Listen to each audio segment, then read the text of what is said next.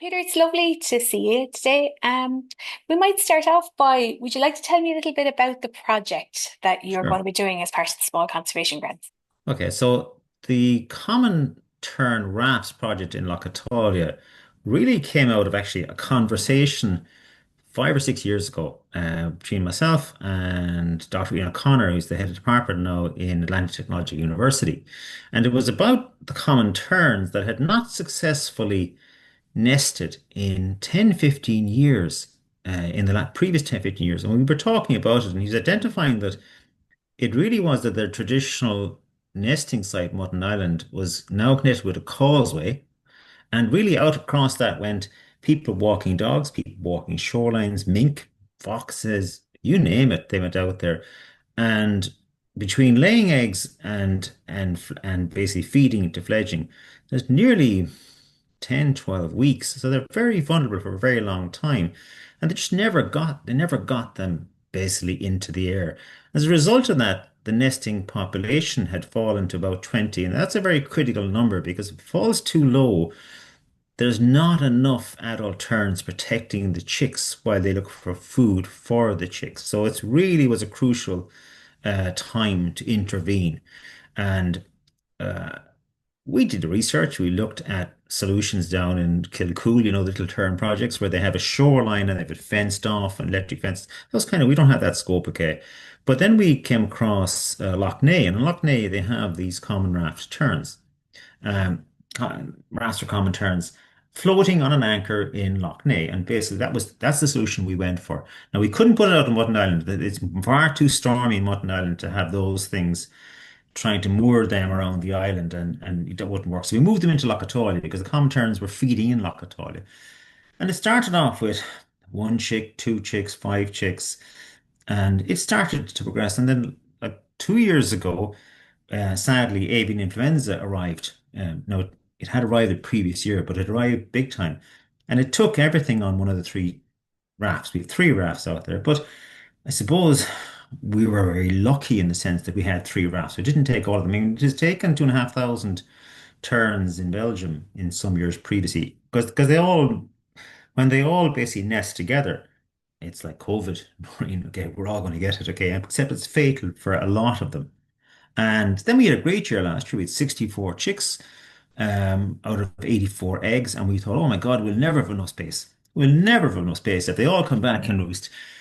And then this year, avian influenza returned, and it took wiped out everything, adults and chicks on one raft. Took a certain number on the second raft, but not all of them. There's actually some chicks. I'll explain to you in relation to this grant what we're going to use it for. Didn't take them all. Okay. And then the third one is fine. So we're really in a precarious situation that we're back to 15 to 20 adult pairs. If we don't do something, it'll fall down to, very 10, 12 pairs. Like the little Tern project in Kilcool was down to about 12 pairs. And that was on the verge of being lost forever. Now it's done very, very well since then. So that's the background to it. Atlantaquaria University, that's Ian and Niall Keogh was doing his PhD there at the time. They were able to advise us on what these rafts should and should not contain, etc., etc. Really, we're just DIY people, conservation people. We can Yeah, build pretty well anything. Okay, we have a team that yeah. builds them, and they advised us. And then they also, more importantly, they wrote the appropriate assessment, without which you really just can't go into such special area conservation and start putting anchors down. Now, there were anchors in Lough we used, Yeah. but we had to upgrade those. We had a storm one year and it just ripped them out of it. Okay, it just smashed one raft up and us Yeah. dragged the other rafts. So we have been progressing, but they luckily we had them on board. They get the required permits and licenses for us to Yeah. do what we like to do. That's all. Does that make sense? Yeah, that's fascinating. It's really interesting to hear like the history of the project. So I know it's been up and running a long time, and Mm. um, it just something you said there about Mutton Island. I think it's I know it's kind of off topic Mhm. to this, but it is interesting to think how just one small change, the change that the causeway had, we see the the change the causeway had maybe on the biodiversity on different shores, Mm, and then mm. things like swim warnings on different shores. But I hadn't actually realized that link then with the seabirds as Yeah. well. See, it's a double-edged sword. Like Mountain Island has very definitely cleaned up the water quality and therefore the feeding quality for birds in around the Little Bay. But at the same time, it's a causeway. It has to be, the wastewater has to be brought back off it. And the causeway, people have seen foxes coming off that. Mink would certainly get out to it. Okay. Yeah. And the Terns did move to Hare Island. If you know Hare Island off by Lough, Yes, but yeah. Yeah. Hare Island now is people used to never, but now they go out to it, and it's Yeah. not safe either. And then the last one is Rabbit Island off Murrow, and Yeah. that's even closer to the shoreline. And on a very still night, mink can basically swim. I mean, they've been out to our rafts, so they just can't get onto. We have 600 mil Okay. polycarbonate sides on them, and they just can't get onto the rafts. Oh my Um, God. Yeah. so we have to, no, again. We're just copying an idea from somewhere else. I mean, we're Yeah. not that original, okay? The idea, we spoke to the guys up in Lough, the team up there, and they advised us on their designs that they actually purchased theirs from a supplier at Southampton at a price that was way beyond our budget. So we assemble, buy the materials, we assemble everything. Yeah. And had some financial support from the Heritage Council, some from Atlantaquaria University, Yeah. and now with much appreciation from yourselves. Yeah, I suppose, and that kind of leads us on then to like how, yeah, how will this, I mean, it's only a small amount of money, but how will this kind of help you now, maybe in the year ahead? Yeah. See, we started the year thinking like, oh my God, with will, 64 chicks, if this goes on for years and then they all start, we'll need three, four, five, six rafts. And everything changed when avian influenza wiped out nearly half of the colony, which is we did notice because we have cameras on these rafts. We have repurposed security cameras on the rafts that allow us to see what's going on. That even on the raft where almost every chick and adult died, some chicks don't die, and they're the ones that are on the extremities that don't come into the center, and they're kind of upwind, so they're not getting the backdraft, if that's the right word for it. And we thought, well, but our problem is when we put in the rafts with the recycled plastic, they have a specific density of about zero point 0.9. They're very close to the water level. And so the space we left under the sides for the water, rainwater to come out, the waves wash it in, and they were washing in this so that we only really had 75% on two of these rafts of usable space. And what we had asked ourselves for was, Grant, and thank you very much, to basically raise that nesting level by 100 mil so that we can then max out the full. We put stones and everything else max out. And what that allows is not for more turns this year, but allows is that the nest can be right at the extremities. And there can be, it's almost like social distancing. Okay. If you can draw a parallel to it, it's social distancing, which is um, if we can do that and tree rafts and max out the space, nesting space, and we have another project to extend one of the rafts as well, okay, with a different funding agency. But we can basically try and limit this. I don't know. I don't think anybody knows where do we go to. What is is there going to be immunity setting in? Is there going to be variations of this? Like we didn't know about COVID either, so why would we know it about avian influenza? They're both flu-like. We do know you can't, even though most terns will come back to the same nesting location they had last year.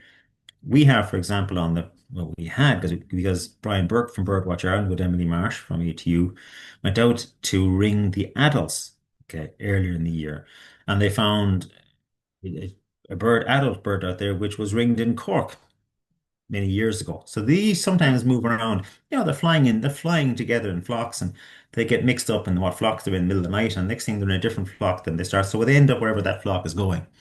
And there's always that amount of mixing, which of course is very important in terms of genetics and in terms of biodiversity. But in times of avian influenza, Yeah. that carries a risk, which is that's a bird that's come from a colony where there was avian influenza, and perhaps that's what brought it back. But you'll know as much as I know, which is that the Galway Bay has also suffered in the Yeah. guillemot population and other populations, bird populations.